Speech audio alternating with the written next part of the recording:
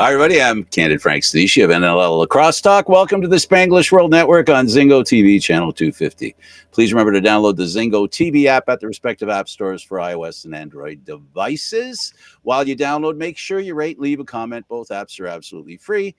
It's also available on Google Chromecast, Amazon Fire TV sticks, Roku sticks, and also on all smart TVs 2016 forward. Now on NLL Lacrosse Talk, Gary Groob and a very special guest. Oh, excuse me. I've lost your name. Max Adler. Max Adler. Yeah. I've lost it in my head. It just drew a blank. Max, tell us a little bit about yourself. I actually spent some time with a teammate of yours yesterday. His grandfather passed away this past week, Martin. Geez. I knew he was Justin Martin? Yeah. Yes. Oh, man. I knew how close he was with his grandpa, and he used to come to all the Bandits games. So didn't know that. That's terrible. But, yeah, that's unfortunate. I do a CFL show and an NLL show, and there's a symbiosis between the two. But first, let's talk about you and how you picked up the lacrosse stick. Yeah, so I'm originally from Fort Lauderdale, Florida. So when I was growing up, I'm 30 now, but when I was growing up, lacrosse wasn't really that big. It was kind of just getting started in Florida. So I had a great youth coach who, by the name of Kiki Bosch, who kind of showed me the sport. Ended up going to prep school in the Northeast and decided to do wrestling as my main sport. So didn't really play lacrosse and wasn't actually playing until a little of my senior year. Didn't have much interest doing it in college, but ended up getting into Bentley University, which is a small Division II school right outside of Boston, and kind of, really loved it and fell in love with the face-off position, because what I really liked about the face-off position was the amount of work you put in had a direct correlation with your performance on the field, right? So, if I take a million shots or get a million feeds or, run a million sprints, lift a ton of weight, I'm never going to be Josh Bird, right? I'm never going to be Dane Smith. But facing off, I could be one of the best. And so that's when I really fell in love with the position and had some great resources around me to help me. Joe Nardello was actually my coach, and he was the assistant coach at Harvard at the time, so I'd always go and train with him. Had a relatively successful Division II career, but nothing historical. I was never the best at my position in Division II, so didn't have much of an expectation to play professionally, but played they do a Division I and II All-Star game, and it happened to be right before the MLL draft. So ended up playing in that, played really well in that, and Tony Seaman was paying attention to that game and ended up drafting me to the Denver Outlaws, because that year was the year we drafted Zach Courier too, and it was me or him to be the backup faceoff guy, and they quickly realized Zach Courier was too good of a lacrosse player to take faceoffs, so I kind of slotted into that role, and started playing with the Outlaws. Absolutely loved it. I mean, to go from Division II to, be playing with the guys I grew up watching, and, John Grant Jr. is one of my coaches, and Zach Courier, and, Matt Gilray, and all these guys that, like getting to play with them, and, Dylan Ward, and them also being my best friends was a really cool and special experience. So I absolutely loved it. So started with the Outlaws. And then when the leagues merged together, started playing in the PLL for the Chaos, and that's where I met, Dane Smith, Josh Byrne, Chase Frazier, Kluch, all those guys who introduced me to the NLL. And it's funny because with the Outlaws, and it being from Florida, I never really knew what the NLL was or box lacrosse was. I just had never heard of it. And then through the Outlaws, Mohegan Sun, where the New England Black Wolves used to play, is 45 minutes down the road. So I'd always go to those games to watch those guys. And I was like, this is incredible. Like, what an awesome, action-packed sport. And always had, I don't even want to say the dream of playing in the NLL, because it seemed too far-fetched, having never played the sport. But I remember when Chugger called me and was like, yeah, we're interested in, having you this year. And my first box game was the first time I ever wore box pads or ever stepped on a box floor. So yeah, that kind of took me to where I'm at. So it was pretty great. So I guess we could define your definition of becoming a champion isn't about being the best player, but being your best in the playoffs. Yeah, I mean, I think, yeah, being your best in the playoffs and also just being like on an individual basis, my goal was never to be the best player. It was to be the best teammate and do whatever I possibly could to help my team win. Whether that's, literally helping out with water bottles. I remember doing that with the Outlaws. And, being a great teammate goes a really long way. And doing those small things, I think, can take you really far because, and give you an opportunity. Because I really think a lot of the opportunities I've had were because I always tried to be the best teammate I could be. Yeah, no, there are a lot of the best players in every sport that haven't won championships. So it's not just about that. So it's about taking advantage of the opportunity you're given, and you don't have to be the best player in the league to win. So that's what makes team sports makes guys like you chase the water bottles. Yeah, no, definitely. And I mean, you look at pretty much any championship team I've played on paper, we've never been the best team. We've always been the closest team off the floor. We've cared for each other the most. Any of my teammates would do anything for me. I'd do anything for them. So yeah, I really think it, especially, the teams and the talents extremely high that it's really who plays together the best and who gets along the most. Gary? Well, you were definitely the idea of things happen for a reason. Meaning, I'll go back to the beginning. You're in high school, and as a wrestler, you get an injury that stops you from wrestling. Now, enter lacrosse. Things happen for a reason.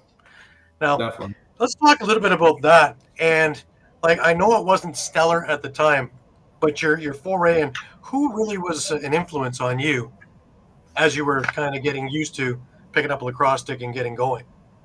Definitely. So yeah, I mean, coming out, I walked on to the team at Bentley, so I didn't get recruited. No one watched me play.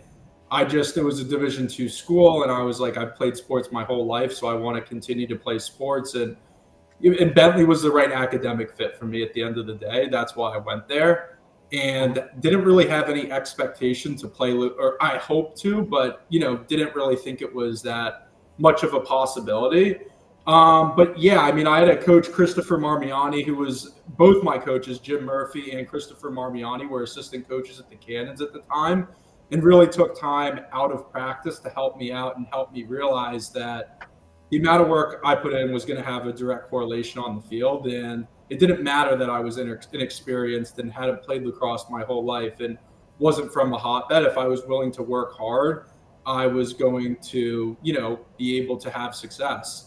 So, I'd really say Jim Murphy, Christopher Marmiani, who was the assistant coach, and then definitely Joe Nardella. He was my main training partner, so we'd always be taking reps against each other. And I'm a pretty firm believer, especially in wrestling, you always wanted to wrestle right against the best competition because that's how you get better. Having Joe Nardella in my backyard definitely helped with that, and just, what it was like to be a pro, how you had to take care of yourself off the field and everything like that. Right. Now, you made the most of your opportunity at Bentley because your first year you took 7 faceoffs. But through hard work and everything like that, by the time in year 4, you were gone from number 5 to number 1. You were a 2-time Division II All-American. You definitely made the most of your time and film and everything else and putting in the work. And the key there, putting in the work. Definitely. And yeah, I mean, it's really just a credit because I had all the resources in place to be successful. It was just, putting in the time and work, which I really think is the easy part because I had the roadmap. It was just, you have to do the work, which I don't have a problem doing. I just needed the guidance. And yeah, I mean, it's funny because when a lot of people see I only took 5 faceoffs my freshman year.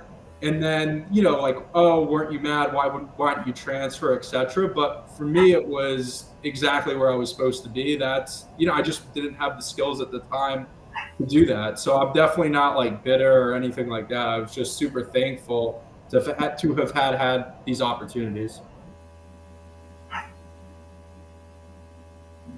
Oh, I think we lost. Did we lose Gary? I think so.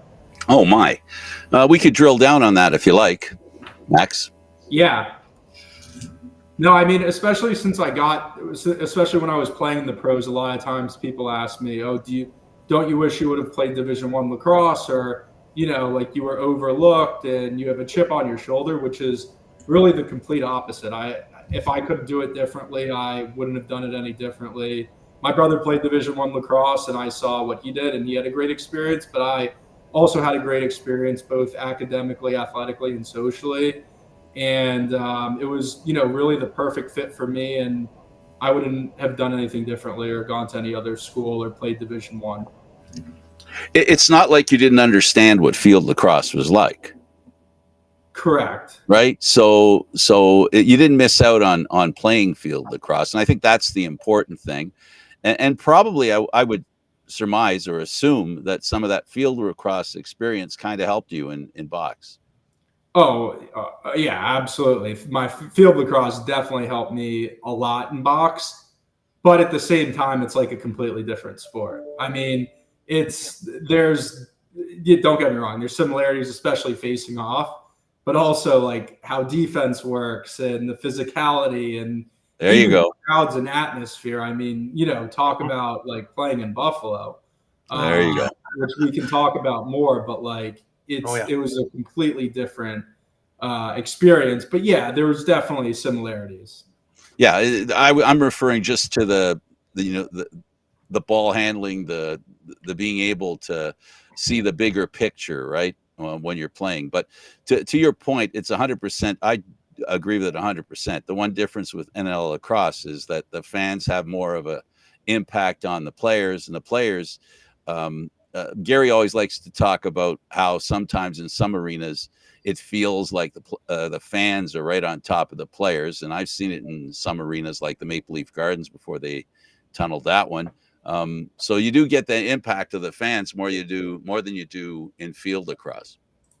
Yeah, and I mean, I also just think the fans are more passionate. There's no casual fans at Bandits games. I mean, I think I saw this on Twitter, but like, there's lacrosse games, and then like the Bandits games are a religious experience for people. Absolutely. Like it is another level of passion of, these people live and die with us. They're not just there to watch a lacrosse game, and they know every play, they know every penalty, they know when to cheer, when to boo, when a bad call's made, and it's unlike anything. I mean, especially from being from the United States, I had a lot of friends who have come to college, MLL, PLL, and a bunch of them came to the Bandits game 2 years ago when I was playing, and they said it was not only the best sporting, like the best lacrosse they've ever seen, because they were used to, PLL, MLL. Yep. They went to a lot of those games.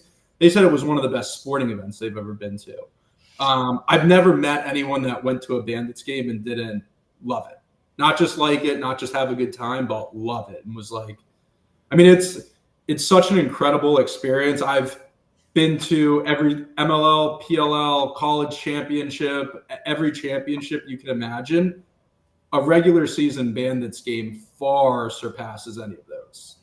I think the success helps a little bit of the franchise. It's and the town. It is the the championship team in Buffalo. Not to downgrade the Sabres, but the Bandits are a winning team, and everybody loves a winning team. And like Josh Byrne and Dane Smith, Chase Tahoe, like they're top. Like Josh Byrne and Dane Smith are top 5 Buffalo athletes. Like we go somewhere, everyone's asking for their picture. I mean, they are like lacrosse, and especially the markets I've played, right? It's not like considered a major pro sport. It's, the fans, like I had great fans for the Outlaws, and, played around great fans in the PLL, they're passionate or whatever. But I mean, in Buffalo, they are the real deal. People go crazy for them. Absolutely. And I think it has a lot to do with the triumvirate of teams in the immediate vicinity, that being Toronto and Rochester. There's a real excitement, because of that as well, right? Yeah. I mean, I remember when we would go play Toronto and all our fans would travel. And the same time, they have great fans too. So it was like, I remember playing those games and like those playoff series, and it's like, US versus Canada, like you have people traveling, and it was, people really get into it. I know most of our players are Canadian, but like you still have that component of a border war, and it's right over the border, and it's just, it's the best. Like, it's awesome. Mm-hmm. Yes. Forgive me, my internet's doing weird things. We've been having power failures around here, so hopefully we're back for the for the rest of the show. I know what you're saying with Banditland. Sitting up in the press box when you won the championship, it was actually scary because the floor was rumbling, and being up in the roof with 19,000 people going absolutely nuts for the first time in 15 years to win a championship, that place was ready just to erupt. And to see the streets after the game and the bars and everything else for the celebrations was just, you can't put that into words of just how great that was for the fans and for the players. Definitely. I really try to, like, when I'm playing, tune everything out and stay as even keeled at as level as possible. And listen, I don't want this to sound conceited or anything, but when I scored, I just remember it being so loud, it like scared me. Like the energy in that stadium was on another level. Like it was crazy. And then after the game, like, it wasn't just like some lacrosse team winning the championship. Like I won a championship with the Outlaws and in the PLL, and this was like the city was celebrating. We had, on a rainy Thursday, like 7,000 people at the parade. Yeah, that's unheard of. I know. And, Buffalo's got one of the most obnoxious goal horns. And my goodness. And horns that will rattle your fillings out of your teeth. I barely heard that thing when it went off at the end of the game. That's how loud it was in that arena. I've been in some loud arenas, Saskatchewan, and when they've won, and a few other places, Rochester, when they've won. But this, I can't even compare it to anything. And with the Buffalo fans, when Buffalo finally won it a couple of years ago, it was ridiculous how loud it was. Oh yeah, 100%. It was crazy because I grew up going to the Florida Panthers games. My dad had season tickets, so we'd always go to that. And I love sports, and I was like, how cool would it be to play in an atmosphere like this? And Panthers weren't very good at the time. There weren't many fans. And then to play in Buffalo with way more fans than the Panthers ever got when I was going to games, and like way more passionate fans, it was really cool. And to your point, you go to any arena in any sport, and I'll put Banditland up against any of them. Playoff hockey game. I went to the Panthers playoff hockey games this year. Like, I'd put, our playoff games right up there with any of them. Oh, yeah, definitely. Now, I want to talk a bit about the MLL with you. And like I say, Tony Seaman was a former guest of ours. I want to talk a bit about Tony and his influence on you. And I know how much Tony loved coaching in Denver, and just the ambiance and the fans and everything like that. Denver was one of the big places for MLL, for fans, and they parlayed it with different things, different shows and everything else to get more people out there. Just your experience there with Tony and with the Outlaws itself.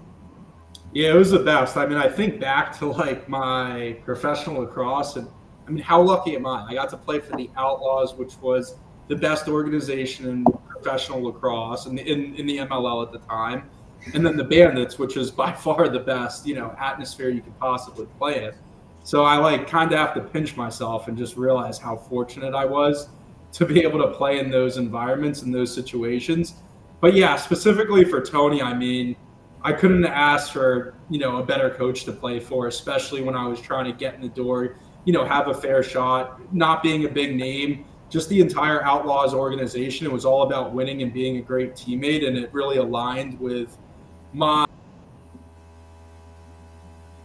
philosophies. So it was he's just like, I still talk to Tony all the time. He still is so close, and we all love Tony just because he was like a straight shooter, great guy. All he cared about was winning, and then also really cared for us and loved us, which not saying other coaches don't, they definitely do, but he was just like kind of a father figure to a lot of us, and just an awesome person and really great, like a really, really great coach. And especially a professional coach, right? Like it's a little different. Just because you're a great college coach doesn't mean you're going to be a great professional coach. And he just kind of understood it and understood how to read the locker room. Right. Now, to show how far you come as a face-off guy, I want to bring up August 10th, 2019, against Chesapeake, where you won 23, the final 23 face-offs at a 95.83% face-off average, set a new MLL record. This is a long way from, well, Joe Nardella was showing me how to do it. And, I think you learned all the lessons in that. Yeah, no, definitely. I mean, it was, I had a really great roadmap to follow. I also, once I graduated college, you were kind of on your own, which I think benefited me because I didn't have to worry about, being sore for practice. Everything was on my own schedule. I found a great strength and conditioning coach who, once again, laid out the roadmap for me, saying, I told him I want to be in the best shape, ready to go.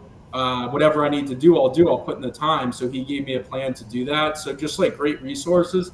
And then specifically that game in the Outlaws, I mean, on my wing was Zach Currier and Matt Gilbert, right? So like, Team Canada's wings. And there's a lot of 50-50 balls. There's a lot of times where, I remember losing a clamp, other guy flipping it through his leg. Zach Currier beats two guys, picks up the ground ball and goes and scores. Him and Matt Gilray were very, very important, and I didn't take it for granted. I knew how good they were. I could tell when I was playing with them and how many 50-50 balls would magically go my way. I really had some great wings, and it was, really important for me. Right. Now, originally when the PLL came around, they offered you a position, you turned it down. You would rather be city-based and playing for the MLL up until the merge. Merge comes, you join Chaos. You win in your first year. Talk about the differences between MLL and PLL. It should have been a little bit of a culture shock, I would imagine, with the way they designed everything. Yeah, it was definitely different. Like, especially in that time, like I remember 2019, it was like we played, I think it was like 18 games or something. It was the longest season ever, but it was so much fun and we got so close. And, it was like everyone was going to every game in Denver, and it was just such a great experience. And we had such a great locker room that was honestly one of the most fun years of lacrosse was that year. And then 2020 COVID bubble happens, that season happens. And I don't know, it was definitely different. I would have, so I turned down when they first offered me a PLL contract after we won in 2018. Because for me, I love the city atmosphere. I love playing for a city, and I love having a home fan base, especially Outlaws. Like, the best pro atmosphere outfield, I thought, in professional was the 4th of July Denver Outlaws game. So I really loved playing in that atmosphere. And you also had an organization where everyone, similar to the Bandits, where like, you have team doctors, you have everyone that's trying to take you in the right way to get you, to win and to win a championship. That's everyone's goal. Where the PLL, you have your coaches and, teammates, but you don't have that entire organization helping you get to that spot. So, for me, I mean, I love playing for the Outlaws. It was a culture shock. The rules were also a little different. I mean, my first game, I remember, was at Gillette. And it was really just like, for me, a lot different, right? So, the first game at Gillette, I was against Joe Nardella. They'd lost the bubble championship the year before. It kind of brought me in and drafted me to go against him and to have more success. I just remember having the worst game. All my friends were there. It was kind of a nightmare situation. But as the season progressed, I got a lot closer with my teammates.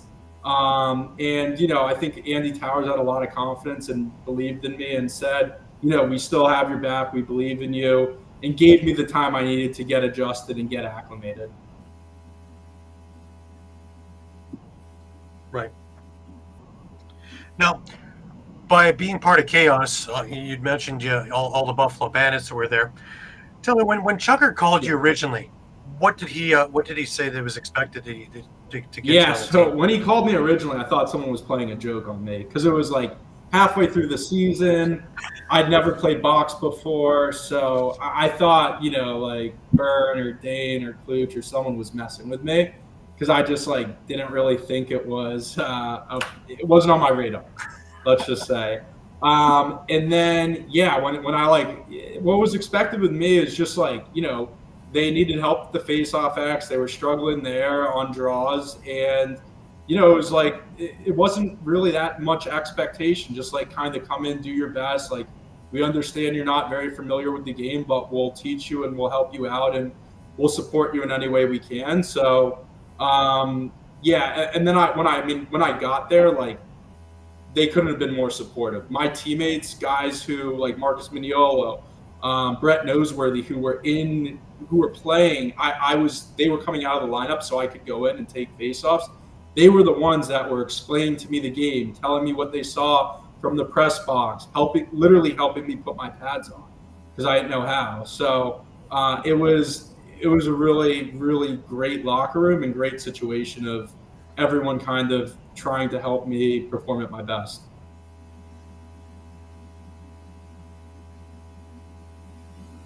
Are you there, Gary?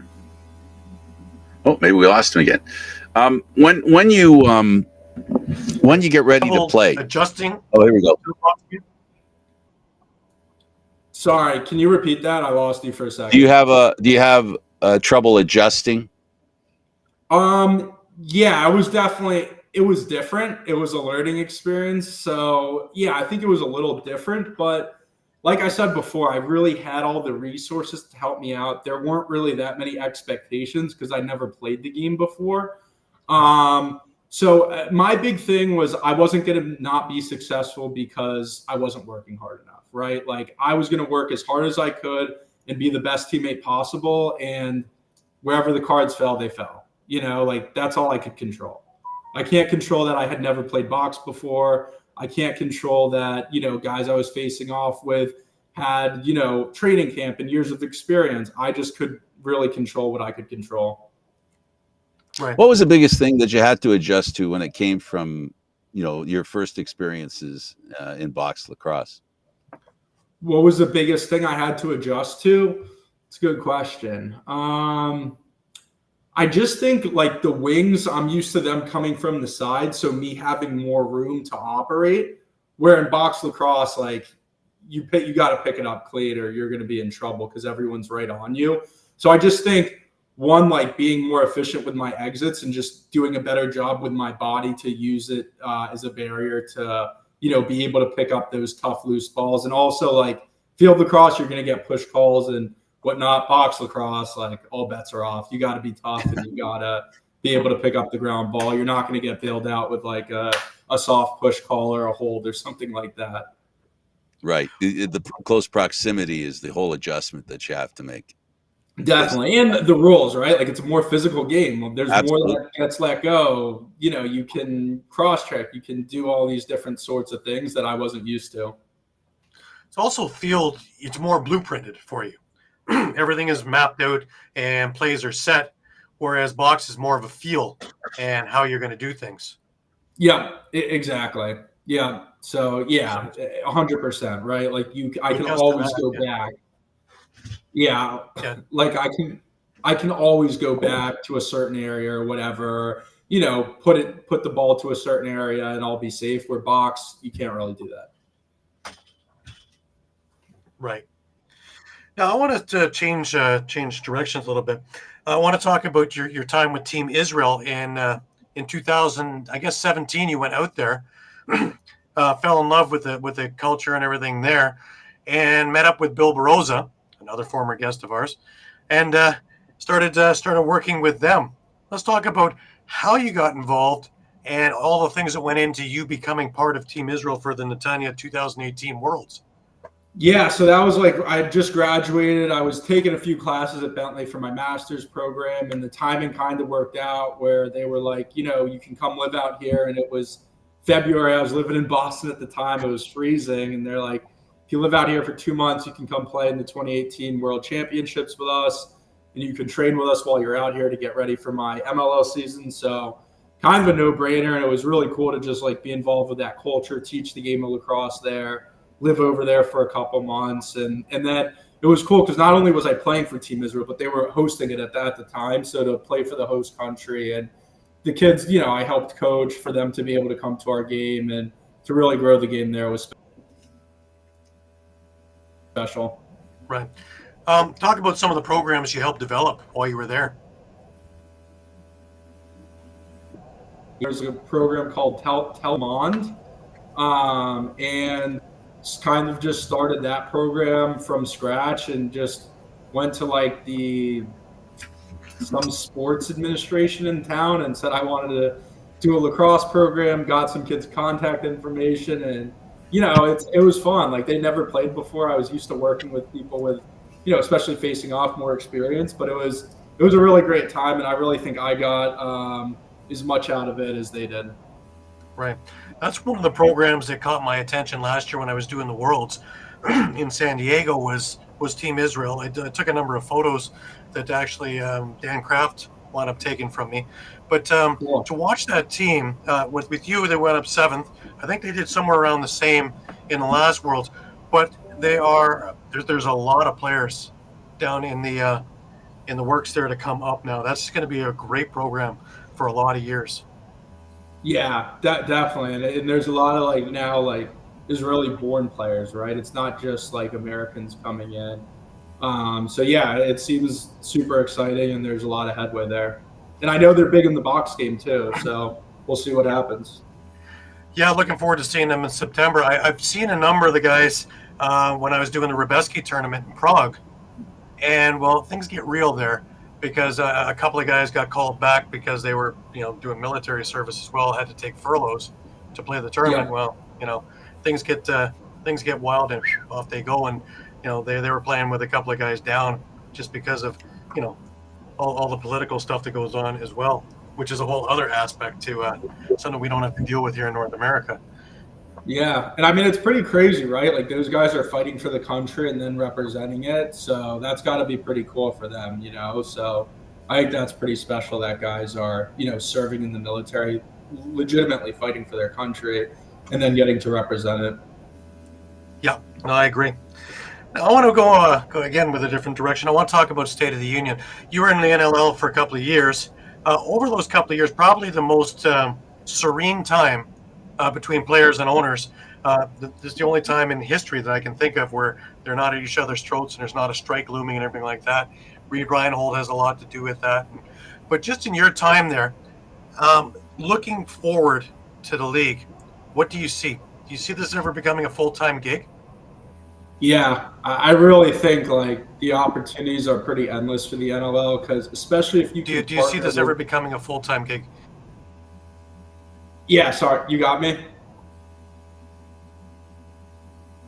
Can you hear me? Yeah, we can hear you. Oh, perfect. Well, go ahead, Max. Yeah, I think. Yeah, I got you. I'm pretty bullish on the NLL. I think that the product is just on another level. It's one of the most exciting sports you can watch.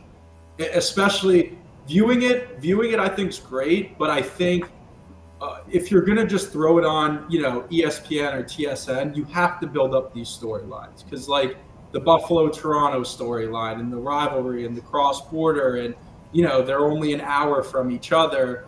Our storylines and Steve Piolo covering Tom Schreiber and those storylines and the fighting you have to build up. You can't just throw it on a network. So I think if they do a better job with building up storylines and working with their media partners, there's a ton of possibility there. And then just the crossover, if you like the NHL, you're going to like the NLL, right? So it's such an easy thing to cross-sell. I think that's how it got so big in Buffalo. Calgary, it's massive like that. Saskatoon, same thing. So I think if you can find those NHL owners that are willing to back it and, understand it's an investment, but it can have a really large payoff in the future. And there's a lot of synergies, right, between the NHL and the NLL and, their social media and whatnot that I think, the possibilities are really endless. Do you think, as a player, do you think that a full-time gig is in the works, though, somewhere down the road a little bit? So that's a good question, right? And this is something I talk a lot about with like my friends is in one way, like, yeah, it would be great. But in the other way, a lot of the best lacrosse schools are also the best academic schools. Mm-hmm. So you're having guys graduate and can make, 6 figures right out of college. And let's say I could also do that in the NLL. Eventually, I'm going to have to retire, right? Maybe not if you're, play as long as John Tavares or someone like that. But after your career's over, then you have to get into the workforce, and you're probably not going to make enough money to live off of the rest of your life. Maybe you will. But I think that's the tricky part, right? Is like, all right, like I'm 30, I just retired. I've been working, so I actually have like, a substantial career, and I've gotten different titles and promotions and whatnot, where if I didn't and just did lacrosse, I'd have to start from square one in the finance world, which being 30 isn't something I'd, be that keen on doing right now. So I think it's like an interesting situation. I think eventually, yeah, it has to be full-time. I just think it's interesting how you approach that. The other part of it that I was thinking is one of the things that they market to is it's still one of the affordable sports to bring your family. Because us in Toronto, it's way too expensive for a Leaf game, way too expensive for a Raptors game. But to bring a family of 4 or 5 to a Rock game, you can still do it comfortably. If it becomes a full-time thing in a full-time season, will they price themselves out of their fan bases? Yeah, something that you got to think about, and it's an interesting, tough balancing act, right? So I don't know. Well, let's try it a different way. Max, let's try it a different way. Your situation, you've expressed that you basically worked out the idea of you don't have a full-time job when it comes to lacrosse. So you need a full-time job. So you're working on a full-time job while you're doing, and I don't mean this as an insult to the NLL or lacrosse in general, to support a part-time job. Everybody needs a full-time job.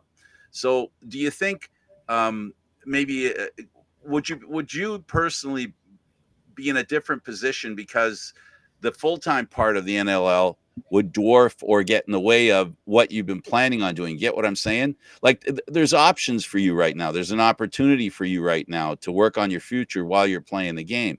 If it becomes a full-time thing, then it's a situation that you referred to where a player plays and then he has to stop and start over or begin. Yeah. Is afterlife, if you will. After well, yeah, and that's a thing, right? Like, and I'm purely speaking of my situation because I know everyone has different situations, but like, coming out of college, if you told me you can either work, do my job at ESPN or play professional lacrosse, I would have done my job at ESPN just because like that's what I went to school for. That's what, the long-term like play is what I had to do. So I understand the full-time thing, but I just think like we need to be a little careful because it might not be like for me, I would have never played, right? So careful what you wish for. Exactly, but I'm sure other way where guys now can make it and train full time and whatnot. So yeah, I just think it's, for me personally, it would have been, I wouldn't have played professional lacrosse if it was a full-time gig.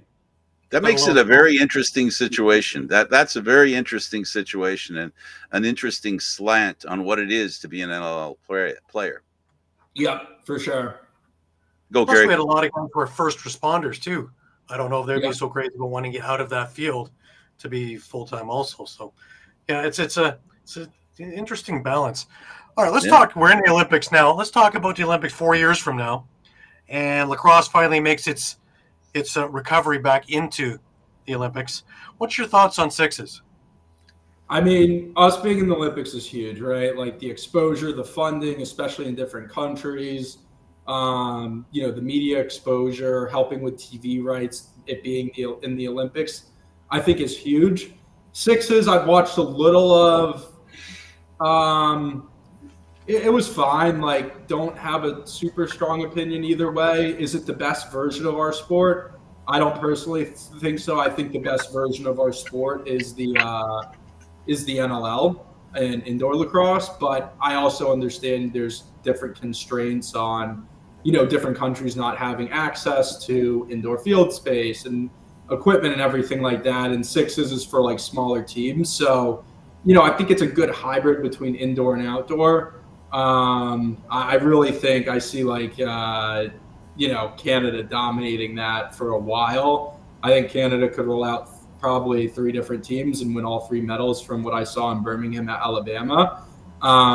So yeah, it'll be interesting to see how it goes. But but then you see a team like Japan who won bronze, who was, they looked really, really good. I remember playing against them in the 2018 Worlds. They actually beat us, and they, not the biggest, but they were, super skilled, super quick. So I think this game, like for some smaller, different style countries, can lend really well to them.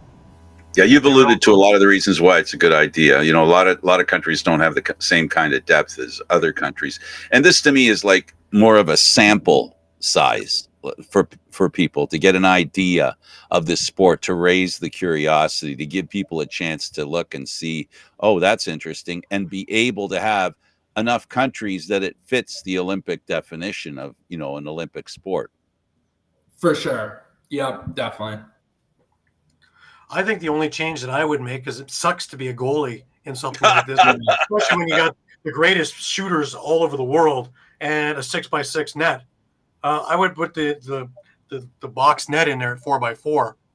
It's still going to get a lot of goals, but at least it gives a fighting chance. Maybe even give them some equipment too. Just give them a fighting chance in there. Yeah, that's honestly a safety thing. I think it's insane that this field's so small and you don't make the goals any smaller, and then the goalies aren't wearing any equipment. That would not be fun. Well, we'll find out, that's for sure, in the lead up. And they're going to have their eyes open in the pre-Olympic games and stuff like that. There might be that idea that you're saying, Gary, that'll come to fruition and to people's eyes once they actually start playing these games with earnest, right? With the kind of talent that you can expect at the Olympics, at least, leading up to it. Yeah. Well, the PLL tournament, right? Yeah, I just hope that they don't, I hope they're willing to make changes and they don't just go, this is how it is. This is the rules we already made. This is what we're going to stick with. I hope, they experiment and see what's going to work the best and go from there. You gave the perfect reason, where it has to be safe as well, right? Yeah. There has to be some common sense applied to the advertising version of this game, because that's what it is. It's an advertisement. It's a commercial. Yeah. Well, it's just, you have the traditionalists saying, no, well, we don't, that's not the real version of the game. And I figure as long as we can get another 280 countries to watch it, once we hook them, because I don't know anybody who's ever looked at the game and go, no, I don't like it. I have no idea. Never seen a person like that.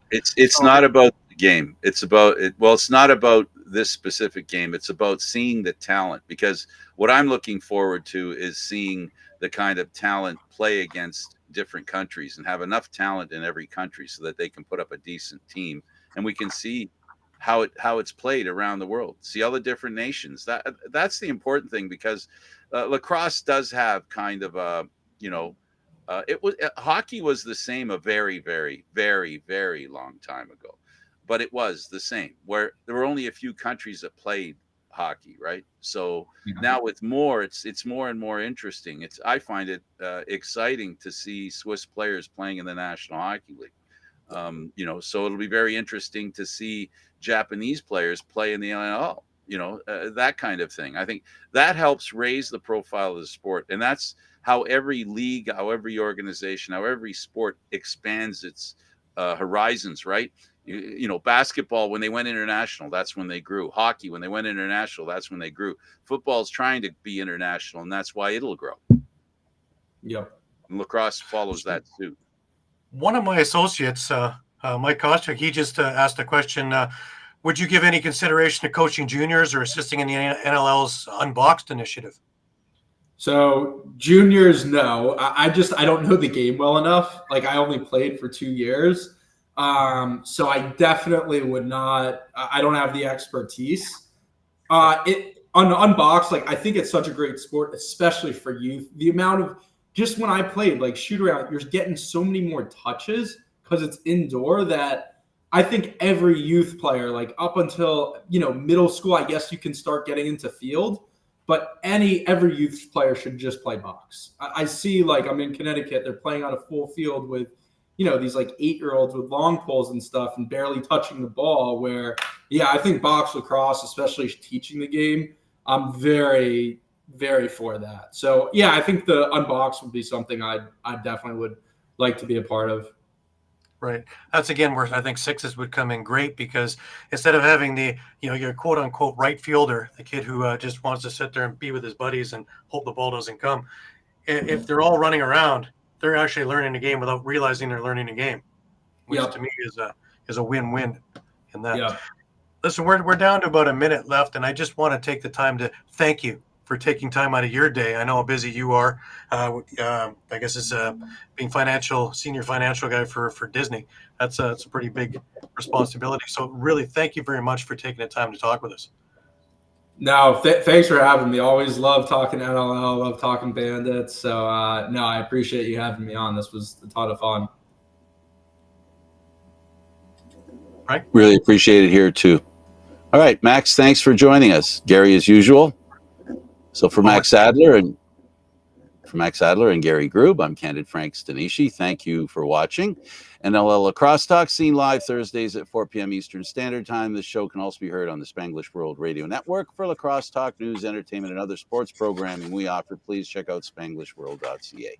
Spanglish World. Watch it, hear it, read it, download it, live it. Thanks for watching, everybody. Pick up a stick, have some fun. See you next Thursday at 4 p.m.